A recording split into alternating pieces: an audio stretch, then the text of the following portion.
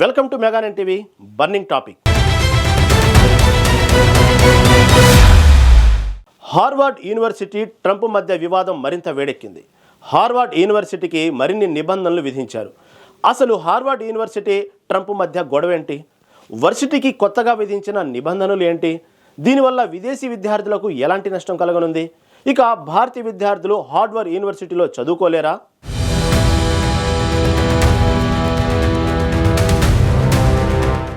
America అధ్యక్షుడు Donald Trump ప్రభుత్వానికి Harvard యూనివర్సిటీకి మధ్య వివాదం తీవ్ర స్థాయికి చేరింది. యూనివర్సిటీలో పాలస్తీనా అనుకూల ప్రదర్శనలు, యూదు వ్యతిరేక కార్యకలాపాలు, ట్రంప్ పరిపాలనలో విద్యా సంస్థలపై నియంత్రణ ప్రయత్నాల వల్ల ఈ గొడవ మరింత పెరిగింది.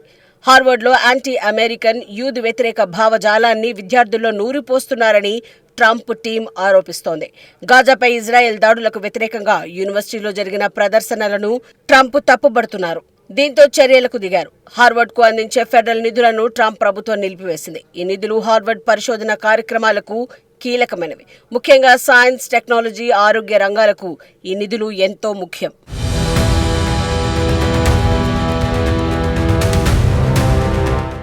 వర్సిటీలో విదేశీ విద్యార్థులను చేర్చుకోవడానికి ఉన్న అనుమతిని ట్రంప్ సర్కార్ రద్దు చేసింది.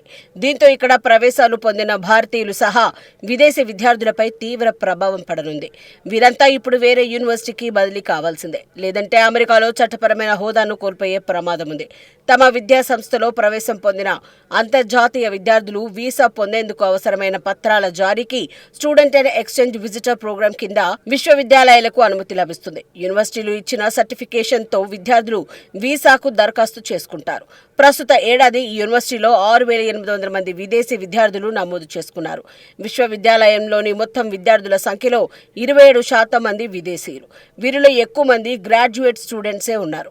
ఇక భారత్ నుంచి 788 మంది ఈ యూనివర్సిటీలో ప్రవేశం పొందారు. ఇప్పుడు ట్రంప్ ప్రభుత్వ నిర్ణయంతో వీరందరి భవితవ్యం గందరగోళంలో పడింది. హార్వర్డ్ యూనివర్సిటీలో విదేశీ విద్యార్థుల ప్రవేశాల రద్దు 2025-2026 విద్యా సంవత్సరం నుంచి వర్తించనుంది.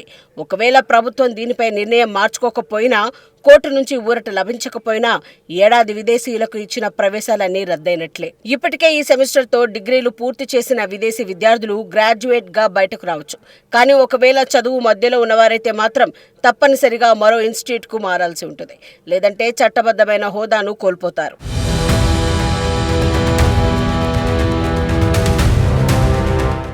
ట్రంప్ ప్రభుత్వం హార్వర్డ్పై 6 కఠినమైన నిబంధనలను విధించింది. వీటిని 72 గంటల్లో అమలు చేయాలని ఆదేశించింది. ఈ నిబంధనల ద్వారా విదేశీ విద్యార్థులకు ప్రవేశం కల్పించేందుకు హార్వర్డ్కు ఓ అవకాశం కల్పించారు. నిబంధనలో మొదటిది, గత 5 ఏళ్లలో హార్వర్డ్లో చదువుతున్న విద్యార్థులు క్యాంపస్లో లేదా బయట జరిపిన చట్ట వ్యతిరేక కార్యకలాపాలకు సంబంధించిన రికార్డులన్నీ సమర్పించాలి. గత 5 ఏళ్లలో నాన్ ఇమిగ్రెంట్ విద్యార్థులు పాల్పడిన ప్రమాదకర లేదా హింసాత్మక చర్యలకు సంబంధించిన రికార్డులను ఇవ్వాలి. నాన్ ఇమిగ్రెంట్ విద్యార్థులు ఇతర విద్యార్థులు లేదా యూనివర్సిటీ సిబ్బందిని బెదిరిస్తే ఆ రికార్డులను సమర్పించాలి. వలసేతర విద్యార్థులు క్యాంపస్లో లేదా బయట ఇతర హక్కులను హరించిన ఘటనలు చోటు చేసుకుంటే ఆ వివరాలు అందించాలి. గత 5 ఏళ్లలో హార్వర్డ్లో నమోదు చేసుకున్న వలసేతర విద్యార్థుల కాండక్ట్ రికార్డులను ఇవ్వాలి. క్యాంపస్లో వలసేతర విద్యార్థులు ఆందోళనల్లో పాల్గొంటే ఆ వీడియో, ఆడియో ఫుటేజీలను ప్రభుత్వానికి సమర్పించాలని ఆదేశించారు.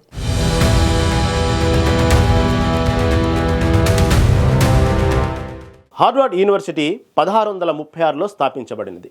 అమెరికాలోని అత్యంత పురాతన ప్రతిష్టాత్మక విద్యా సంస్థ. హార్వర్డ్లో 27% విదేశీ విద్యార్థులతో సహా 25,000 మంది విద్యార్థులు ఉన్నారు.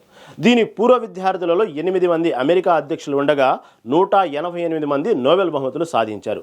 అయితే ప్రస్తుతం ట్రంప్ నిర్ణయాలు, నిధుల నిలిపివేత హార్వర్డ్ యూనివర్సిటీకి తీవ్ర తలనొప్పిగా మారింది. ఫెడరల్ నిధుల నిలిపివేత వల్ల పరిశోధనా కార్యక్రమాలు, ల్యాబ్ల నిర్వహణ, ఫ్యాకల్టీ జీతాలకు ఇబ్బందులు ఏర్పడుతున్నాయి.